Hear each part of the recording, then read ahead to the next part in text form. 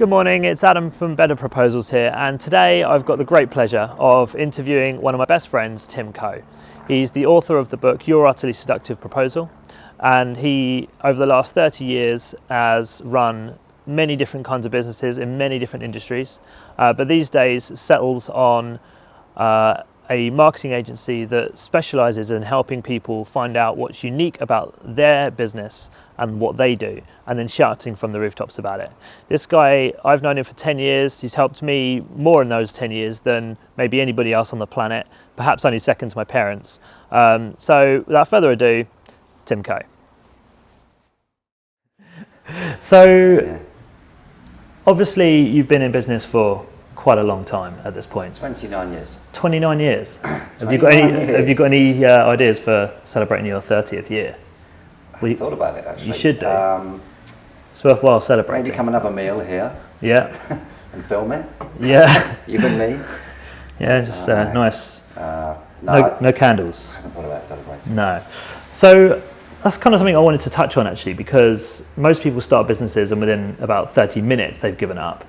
You, after nearly 30 years, are still clanging and banging your way through this wonderful world of...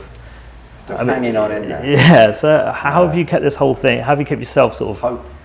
Hope. As long as you've got hope, you can keep going. You're good. Yeah, I think it's, there's been ups and downs, and more downs than ups probably, but that makes the ups really good. So I think as long as you can keep focusing on getting the up again, it keeps you going, and the only way you cannot get that is if you give up. As long as, I think, if you believe in what you're doing and you have confidence and faith in it, and you see other people succeeding, and you look at them sometimes and think there's nothing particularly special there. Maybe they're just working harder, or maybe they're just working in a different way, or maybe they know more. Maybe they go home and study for 6 hours an evening, which I don't. But I don't know. Everyone's got a secret, maybe. So I don't know.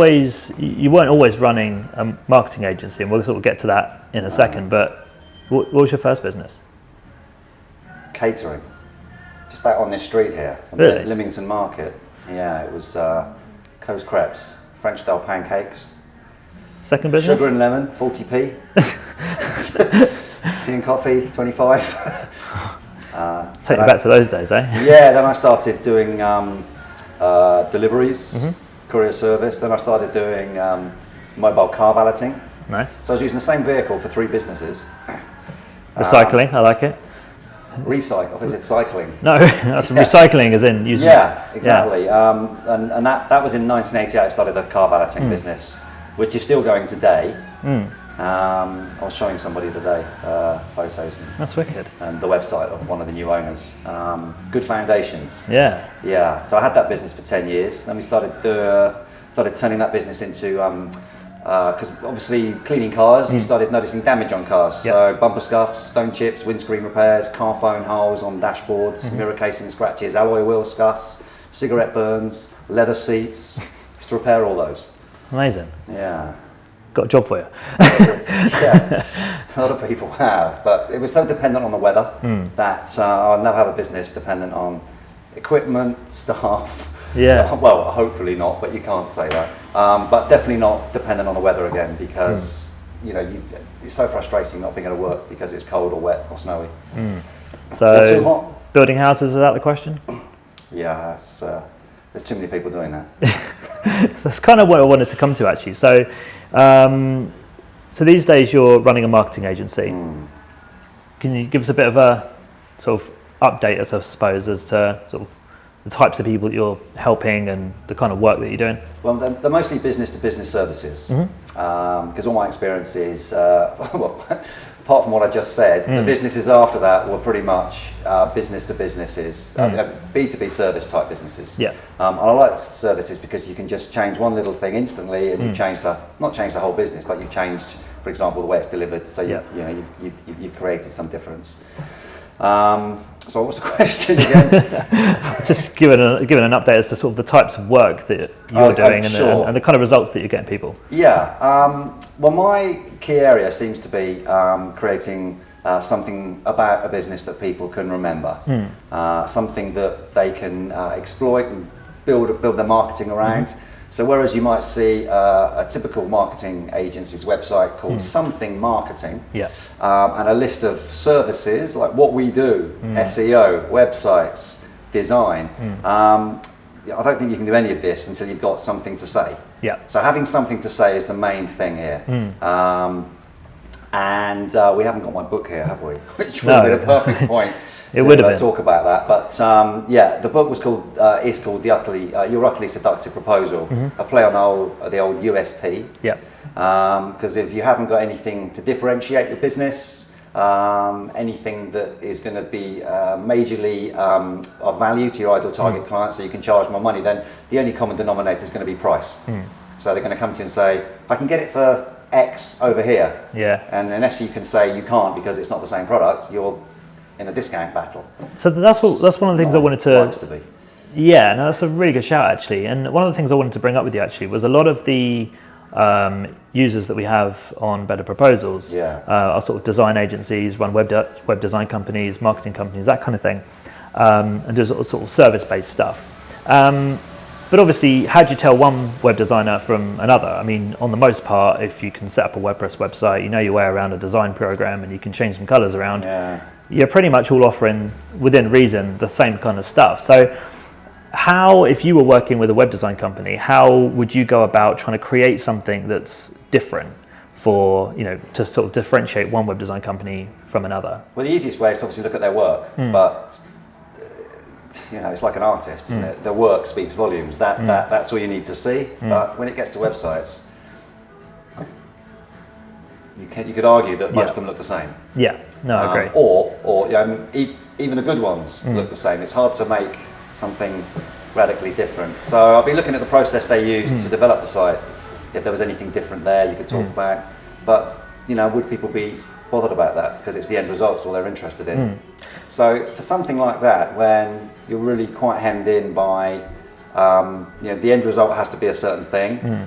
And the process to doing it is quite rigid because it has to be designed, have to think of that, then it's coded, and then it's visible, and the words go on, and the images. I don't know, something like that. Maybe it just needs to be a gimmick. It needs to be something, just a way to become a way to be remembered, because it's so competitive. You go to any networking group, and there's normally a web designer there. And you don't want to compete on price. No. And you can't say I can do it for you. And I mean, speed. I don't think people are too bothered about speed. You don't want to be the quickest. You don't want to be the slowest.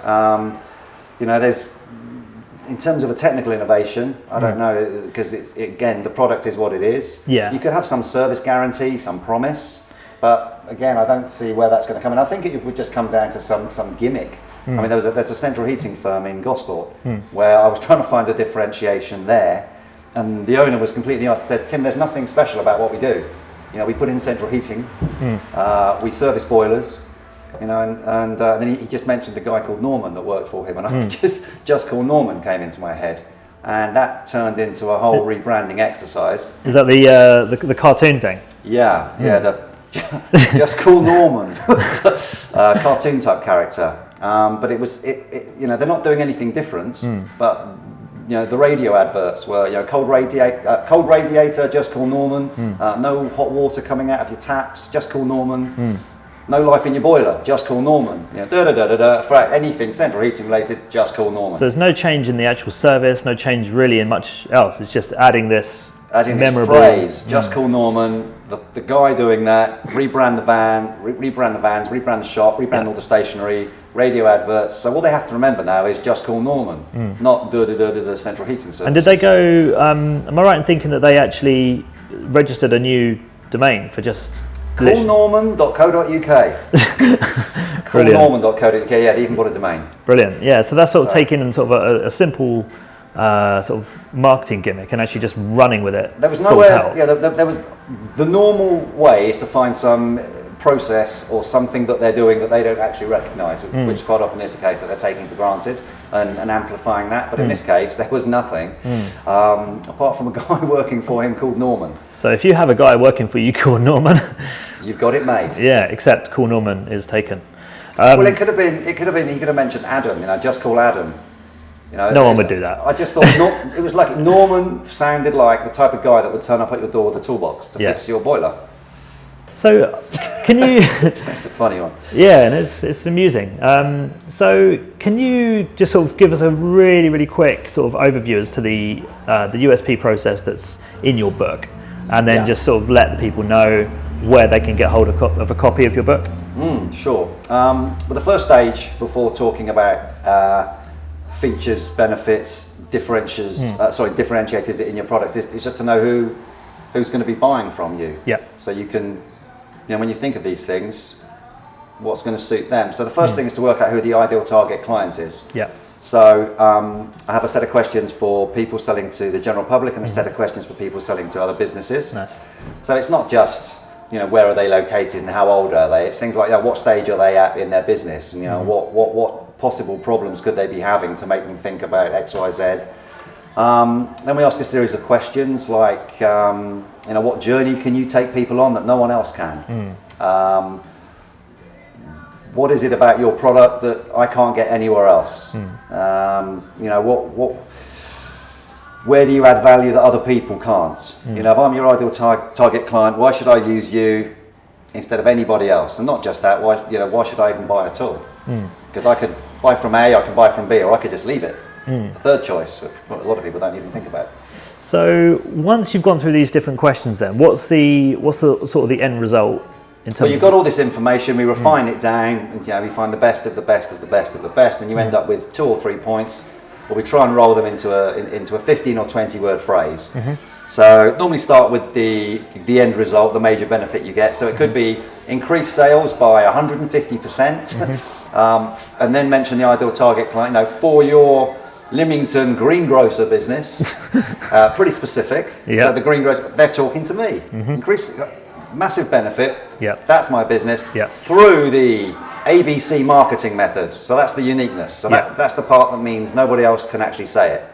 Anyone can say increase sales. Any sales company could say increase sales by 150% for your, for your Brighton light bulb business. But if you add the unique method on the end, then no one else can say it. So you've got a unique way of doing it, and that adds the value. That's wicked. Yeah. So it's 3 parts really. Cool. Okay. So how can people get a hold of your book? Where can they find you? They can get my book from timco.com/book. Simple enough. timco.com/book.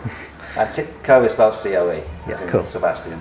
I'm sure we can put a name tag somewhere on this video. So, Right. wicked, cool. Well, we should do this again because I think we can go sort of deeper into some of these different subjects. And We can have a steak next time. we should have a steak. Great food here, as long as it doesn't fall through the hole in the table. Yeah, the Brilliant. cameras pick that up, no, probably not. No. Cool, brilliant, mate. Thank you. Great to see you. Yeah, you too. Thank you. Nice one.